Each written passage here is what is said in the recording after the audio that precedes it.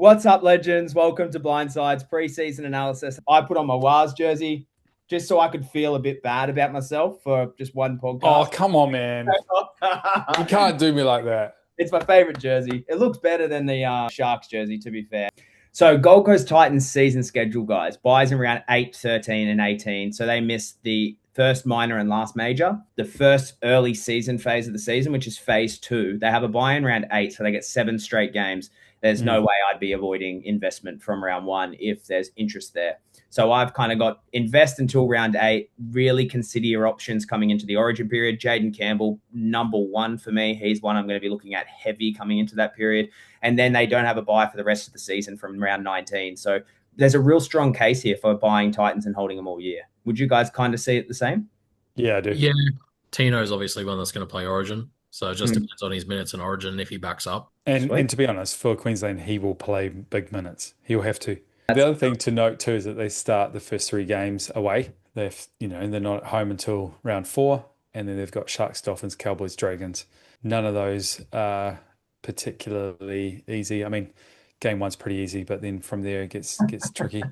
Correct. You're gonna get slapped by us. Actually, to be honest, I think it will be a lot closer than you think because it's Hannay versus Fitzgibbon, and I'm really keen on that battle. The dad versus the son. I'll put $50 on Hannay. There's heaps of conversations here, in my opinion. Well, a lot of conversations around who goes where's the potential. Do you guys have any? Well, actually, Brownie, you do have something to raise with us regarding Cooper Bye. Tino's moving to the middle. Well, he's in the middle anyway at lock, but he's going to be playing in the prop rotation. The number 13 jersey is hotly contested, but it is where Bye wants to start round 1 of the NRL away against Cronulla. And now this is his quote. It was really special to be starting number 13. That is where I like to play and the position I will be trying to go for. I just like it because it is between ball playing and running and opens up more options. When young guys come out in the media and usually they just say something along the lines of, I'm happy wherever coach wants to play me. I'll put in for the boys wherever I get put. He's openly come out and said, I want that number 13 jersey. I want to play round 1 in that jersey. And they've just re-signed him. That to me indicates he's strongly confident that he will attain that jersey. He wasn't on my radar whatsoever because I thought Randall had wrapped that up. But now it's just opened this big, massive conversation on who's going to start round 1 in that jersey. And I hope it's a 250K Cooper Bye. Yeah, I think we all hoping for Cooper Bye. And I'm actually a little bit more concerned about this news than I am positive because I had the race between Josh Paxton and Cooper Bye for the vacant edge position. So now that it's between Chris Randall and Cooper Bye, I said this before the potty, but I have a feeling that, yeah, he'll get his goal at lock, but it'll be the minutes that Randall doesn't play from the bench. And it's kind of turned me off by a lot. But there is potential there for Chris Randall to move to the edge. But the same conversation, there was a press conference with the Titans where Chris Randall spoke directly to the press and indicated that Josh Hannay no longer wants him to be a utility. No more hooker, no more second row. We want you in the middle of the field. And if that's where he's been training and where he's been preparing all year with NRL experience, I just think he's got the lead. And if anything, this gives me more positive trajectory for Josh Paxton, which we'll get into a bit later on. That said, Cooper Bye, he showed what his potential is in the trial last night. I think he does have a bit of growing left to do. You can tell he hasn't played NRL level very much. It's still very much like he's trying to do the best for himself. I think we touched on this last night, Kenty, while we're doing a little watch. Yeah, you can go more into that because you had a good take on it. Yeah, for me, I was watching him pretty closely and he was playing like a rookie. There were certain things that he was doing that basically the coaches will go, yep, that's what we expect of a rookie and we're going to need to beat that out of him. Like to the point where he was like running so hard and wasn't really aware of any of his teammates around him. And he was actually putting himself into a bad position or putting his team into a bad position. Key things that you could just see he's trying too hard. There's not that element of calm confidence. And it's that typical thing that you see of a rookie. So I would be incredibly surprised if he gets the 13 jersey. I wouldn't be surprised to see it happen throughout the season at some point, for sure. But I don't think he's ready. Josh Hannay is a great coach, and I think he'll be doing his best to kind of look after his progress as best as he can, because we all know, and we've seen it in so many sports, when a rookie is blooded far too too soon. He's a clear player that probably would benefit from coming off the bench and being worked into his position rather than just going full noise from round one. And let's be honest, not everyone can be Robert Toya straight into starting gig and killing it. And getting origin selection in his Yeah, first. and then straight into Origin and showing up phenomenal players at Origin level. Yeah. In defense too, out of all places, Yeah. not just attack. Yeah. Correct. I still marvel at Toya, and I think we're not going to see a rookie just that phenomenal again. Really? Oh, you Maybe mean not again this year. yeah, this year. Okay. I was gonna say, whoa, what Ever again. Ever again. Yeah. Yeah. I want to shift conversation for a little bit here into the back line. We got the same issue here, if not an extra piece to the puzzle. JC, AJ Brimson, Keanu Kinney. Now we got Lockie Elias. Yeah. I'm going to say it straight up. Lockie Ellis won't play first grade unless there's an injury this year. That's my guess, because you can't move JC to anywhere else, fullback or 5'8", where he plays, because that means you're going to not only change the commonality of the halfback at your club, you're going to have to force one of Keeney or Brimson out of that position as well to fit in Elias. And I would say he's easy 4 in that rank of 1, 2, 3, 4 out of those guys. I also worry that if he does play half and JC does play 5'8", that's going to push Brimson into the centers where he's publicly said he does not want to play. He wants to be in the halves or at fullback. I'm not sure about you guys, but I've seen people sending me teams with Brimson in it, and I think the only appeal is the winger fullback half DPP, and it's still not appealing. We've seen him last year. We've seen that he relies on ceiling scores. He can get them, but he has a horrible floor. And I think he's priced higher this season than he was to start last season when we were looking at him. Would not touch him. Jaden Campbell's in the same basket. He's the one I'd buy first out of the halves scenario, but I wouldn't start with him. He's got too much value and he's lost winger fullback DPP. One of you guys, what's your take on that scenario? Like, what do you have to add to that? Yeah, I mean, just looking at Brimson, I think he has like 5 scores all of last year over 50. And then the majority is just middly plodder type material that you just do not want any part of unless we understand that he's got a new role or that there's, something imperative to have him in your team because he's now the full-time fullback. But, I still think that is a narrative because even at fullback, he had 30, 35, 20, 27, 29. But some of his best scores came from fullback. But he's going from like 69 to a 29 back to back. So all he's going to do is just stay at the same price. Exactly. He's going to constantly just hamstring any kind of value gain that you could possibly make. Ultimately, he would have to have a lockdown role, and we would have to see that the Titans are starting to turn around and becoming the top of the bottom 8 rather than the bottom. That is a really big issue with most of these players. And so really that only leads me to really consider out of their backline, Kinney and JC. Do you have anything to add on to that scenario there, Brownie? I don't mind JC. Hey, at 4.8%, he's a massive pod. Do I see the Titans improving this year? Not really. I see them probably hanging around that 15th, 16th spot again. JC, for me, pumped out 60 points in a very, very mediocre team last year. So if you wanted to anti-pod Cleary with someone and save 140k, JC would be your man. Keanu Kinney, 600k. I didn't expect him to be that much. I thought he was going to be a lot lower. I thought he was going to be around mid to high 400s. Didn't work out that way. But look, with his previous averages of around that 50 mark, I can see the appeal. If you have to fill that spot and you only have about, that 600k left, apart from Ponga and Turbo at the exact same price range, I'd be going to Kinney. If I had to pick between those 3, I'd go to Kinney as well. I still think Kinney is going to be one of the better fullbacks this year.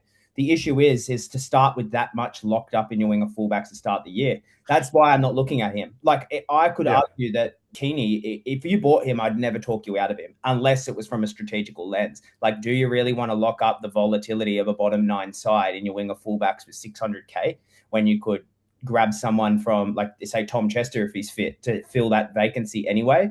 But I would clash back I wouldn't underestimate the power of Josh Hannay. I think that the Titans will be 12th or 11th this year. I think they're well and truly off the bottom of the ladder. I see them above Manly, Newcastle, Cowboys, Eels. Sharks. No, Sharks are going to win the comp, so can't have them up there. The team that'll be in front of them, I think, is the Dragons. I think they're going to be better than the Eels this year. And I know the Eels have got the halves locked down with Pezzett and Moses, but Moses is always injured. Pezzett hasn't really been a game manager for a full season, and we still have no idea what the forward packs will look like at the Eels. I think Titans are going to be a lot better this year than they were the previous seasons. Is Lomax not playing for the Eels? I really haven't heard much sort of anything in the media about that whatsoever. Did you know that Cook's a beach sprinter? Don't get me on the Lomax chat. Was that yeah, there was a fish. Sorry, my bad.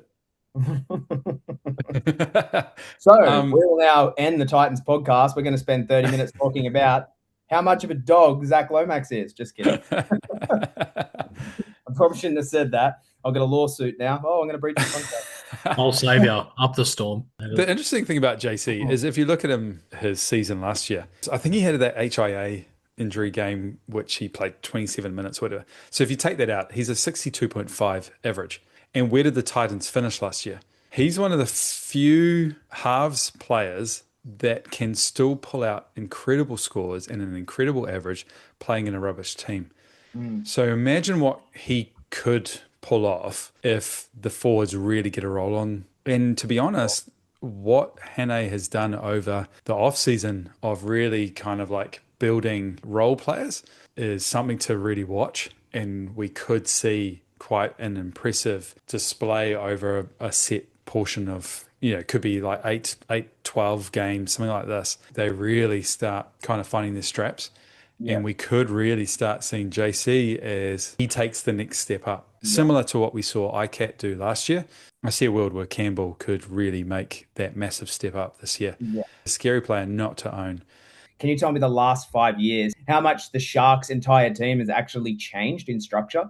It's basically stayed identical. Like we could run the same structure, same players, same positions, injuries, next man up. Josh Hane comes from that system. He's moving now to the Titans who desperately need that security. Like there's so many players in that Titans lineup, the predicted 17 for this year, that you could argue could nearly play anywhere. Tino, lock, prop. Randall, hooker, second row, lock. Philip Sami, fullback, wing, center. Jojo Fafita, wing, center. Like they can all play everywhere. And I think what that does is its utility value is good in a handful of players, not so much on every starting position, because what it does is it means you're doing so many different reps in all different parts of the training paddock that when you get to a game, you're always underdone compared to someone that sticks in that position, training that one role all year. And I think we're going to see that. So I'm not going to say Jaden Campbell is the strong option we need, because I think we need to know that he's playing halfback before I make that call, because whoever gets selected at half, 5'8" and fullback, you can nearly guarantee that won't change under Hane for a long time, because he comes from a system where time builds cohesion. He's not going to change that strategy. That's my guess anyway. I think the trial was a good indication, like Lockie Ilias having that shootout at half. No other top graders were really named. I think next week with the trial, I think whoever gets put in those places are pretty much set. The Cooper Bye narrative does create a bit of an issue for Chris Randall. So how many minutes will Bye get if he is selected on the bench? Will he all of a sudden be irrelevant at hooker now because Bye gets a start or something like that? That's possible, but I doubt it. I don't think he's going to move back to edge, because he's been training at the middle, and that's where we've just gone over this, where Hane likes his players to stay in just one position. So I think now the position has been confirmed to be Josh Padston. I think he is definitely in that role. He should be in everyone's side as a 250k cheapie edge for the Titans. But I am definitely a lot lower on Chris Randall now, because we already had concerns regarding how much points will he actually score in at the lock position within the minutes frame that we could see him playing. And he covered hooker. So we're all talking about here hookers potentially playing less than 80 minutes and being 80-minute hookers being dead. My first positive sign was that, Chris Randall's not playing hooker. So this could be a majorly positive option. But now that there's competition for his position, he could play 50 minutes now instead of pushing that 60-minute role, and Bye comes on for 30. No way would you touch him then. So on Patston and Randall. I think we're universal in saying that Patston's a walk-up. Like he should be in everyone's fantasy team. But on Chris Agree. Randall, do you guys have anything more to add? Yeah, I would say that Randall is quite a worry for me now that they signed by, regardless of what Hannah has said, that they want Randall to not just be utility. I almost can't see him not playing utility. Like he is just that player that can fill a spot, can do a job in most places. I definitely see Bai as the future, and he will most likely work his way into that role over the course of the year. And Randall's now off my buy list. I basically have him now as not quite trap, but close to it. Looking at his minutes, so this is over the last 2 seasons because he only played one game at lock last year in round 6, and he played 64 minutes for 40 points. Going over his averages over the last 2 seasons, where he played a lot more games at lock. So he averaged 69.5 minutes for 49.7 points. Is not going to average nearly 70 minutes at lock this season. No way in hell. I can see him possibly playing around that 55, 60-minute mark, maybe even that 50, 55. Yeah, it's at most. If you look at that average, that's going to dip down to probably about, I'd say, 40, low 40s. And with his current value, you're not looking at much. I agree. I think he's gone now for me. I wouldn't look at him at all. Now, I want to talk on the prop situation with Tino there. I think that should be a good one for us to finish on last. I just do want to brush over Beau Fermor. We know he's lost to center DPP, but he's not one to underestimate. I think that if he has a string of games, like he's got Cronulla, Dolphins in the first two, kind of get a gist of where he's scoring, how he's going to be utilized for the Titans. He's way too expensive to start the season at 672K, considering how much value is in at edge. But I think he's one to watch coming into the Origin period because he got selected for game 1, was it last year, and dropped for the final 2? Yeah, correct. He got selected Origin 1 and then got dropped games 2 and 3, yeah. Yeah. So I think that's maybe indicative of something. Plus, we've got David Fafita in the mix now. If he comes in and blows it out for the Rabbitohs, goodbye Fermor from that rotation. So he could be someone to really consider over that Origin period as a run-home keeper. So do you guys have anything to add to Beau Fermor? He's pretty straight up and down. Nah. Yeah, he's not even in any consideration as a buy for me. Yeah. No, take away that dual tag, he's dead to me. Done.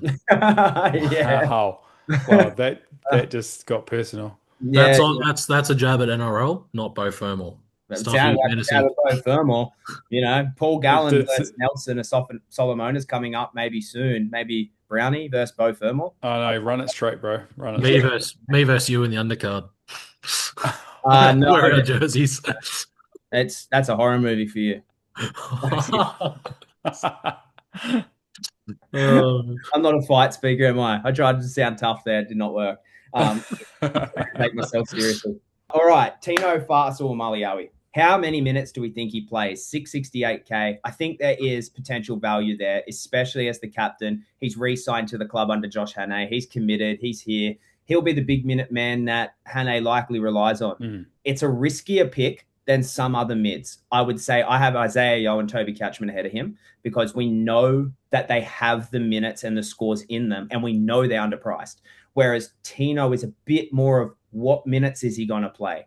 He's already priced up around that range. So I'm not saying he's a pray and a hope. Definitely not. He's outside of that scenario, but he is below the likes of Isaiah Yeo and Toby Catchman for me. How would you guys look at this? So if you look at him as a 60 plus forward, he has an average of 60. I do think he's got some money to make there because he's priced at low 50s. What you're hoping to see is that he's getting 60 minutes kind of minimum, hopefully pushing into 65. When you look at his scores, he has a floor of 42, and that's only one score, and that was in round 4. And bearing in mind he was coming back from injury, so that was still, like him working his way back into it. And then from there, his next lowest was a 47 and 51, and then he has a stack of 60s and 70s. He definitely has the pedigree. We've seen it before from him a bunch of times where he can hit somewhere in early to mid 70s. He starts presenting as having 8-10 points of value. Definitely a risk, but he's a risk that I think that I would be happy to take. He's actually moved out of pod range right now. So he's 12.5% owned. So that's something to note. Out of serious coaches, he might only be 8% owned. And he does have that names, like household name status about him, same as like, okay, Reece Walsh. Not saying that that's why he's high ownership, because he definitely wasn't 2 weeks ago. So what are people seeing here that is leading them to maybe looking at Tino? Because I would say if you had a gun to my head and I had to pick avoid Tino for 5 weeks or buy Tino at round 1, I'm avoiding. Now, the reason is I think the stat line, once you isolate it to where you think he's going to play at prop, which I would say I'm being generous in saying 60 to 70 minutes. He has a 54.2 average. Well, if what we predict is correct of the game speeding up, I don't see him being capable of playing 60 to 70 every single week. So I think he's going to have downtimes there. I think he'll come out and play this at the start. But when we look over 60 minutes, I'm concerned a little bit because it doesn't just isolate his position in the prop rotation. And you can kind of write that off at the same time because locks, props all defend in the same area. So you can kind of join them together. But my concern with lock versus prop is the minutes. I think he'll play less minutes at prop than he would at lock. There is rookies that can play impact minutes. You've got Aramar Howe, Mo Fodawaker's on the other side of the field, who there will be a lot asked for him as well. He's already said in the media he wants to play Origin this year. So I'm expecting him to come out and put his hand up to take responsibility away from Tino as well. Brock Gray, he's back from injury now. Did he say Cleese Haas has moved into the mid-rotation? Yep, so Cleese Haas is there as well. I think it's just a bit risky for me to start with Tino. And I hate saying that because you guys know my history with Payne Haas last year. And I actually really like Tino as a buy. But the second I just looked into these stats, isolating props 60 to 70, I was trying to be generous with the minutes. And it's a 54.2 average priced at 52. So I want to watch that. That's what my guess. Because if he's going to start averaging into the 60s, and I watch 2 games of back-to-back 60s and see his minutes are secure and kind of watching how Hannah uses him, I can trust in the system that Hannah's come from that we can see this moving forward for Tino. And over his career, a 58.4 average at prop is still essentially 6 points of value. And do we see him and his team getting better? I do. It's not that risky. Where would you rate him out of Isaiah Yeo, Toby Couchman, and Tino? How would you have that rated? Because I've got Isaiah Yeo 1, Couchman 2, Tino 3. I only have Couchman ahead of Tino because of duel. However, I still see the Dragons playing better than Titans, and that's what would concern me for Tino. I might have to really think on Tino a little bit longer. Hey, it's not something you want to miss out on. So I've just done a 3-year sample size, right? The past 3 seasons. He's played 17 games at prop, averaged right on 60 minutes, so it's 60.1 minutes per game, with an average of 55.2. Granted, some of those games he has scored a try. With the news that Jamin Jolliffe is now out for the season, he's one key forward in that rotation. Can possibly see Tino playing 60 minutes, but I honestly think he ramps that up to about 65. Oh, it's so tough for me, man. I'm really struggling with this one because I looked into Tino a little bit, and that's what I seen. Was like, nah, he's priced 2 to 3 points above value. And I will stress, when I'm not looking for 10 points of value here in Tino, because he's already priced so heavy. All you want to know is that you're getting an Isaiah Yeo, really. You're getting an underpriced guy that you can keep for the early stage of the season. Yeah, my thing is not so much are they going to make you money, it's a bit of safety that if they have a bad game, there's a bit of slush that is sitting there. They're already priced, hopefully 5-6 points behind their actual average, and so if they have a bad game, it's not going to be too terrible. They're not going to shed massive amount of money. They're not going to shift their break even into some horrible number, and then it just absolutely tanks your value and then stuffs your team. So at minimum with Tino, I actually think he gives you a bit of safety that he can have a bad game or 2 in those first early rounds. But remember, he is coming off 2 knee surgeries. That's right. He got a clean out in the off season. So he came back, and as soon as he came back, I bought him. That's right. He got injured in the Tigers game. I had to ride out the season with him in my emergencies. So a nice applause from the bench. Yeah, moral victory. Moral victory. That's the only reason why I'm not investing. I would rather Couchman because of that dual position. But don't forget, Couchman had a horrific year. Yeah, I'm more concerned about Couchman's injury history than I am about Tino's, for sure. Let's give a final take here on Tino. If you had to buy him in round 1, one word answer, start with you, Brownie. Are you buying or are you watching? Watching. I would gamble. I would say, yeah. Ooh, yeah, I'm watching too. Damn, I like that. That goes to show that Ooh. conversation there was a bit of like we've got clashing ideas. I love those, man. They're my favorite. You live Because dangerously. honestly, it's not that dangerous. I honestly think it's more dangerous having Cleary. He's got to get 67 minimum Yeah. to That's the just Broncos. hold his price game one against the Bronx. So if he doesn't do that game one, he's already choking your team. And I guarantee you, no one is getting Cleary without Haas. So now you've got two major players taking up one and a Really, half million of your team, and you can really only afford to have one start tanking their price somewhat. that's it, guys. Remember to follow Brownie's breakdown, Kenty's market move, Blindside NRL, and we'll see you on the next one. It's our year, baby!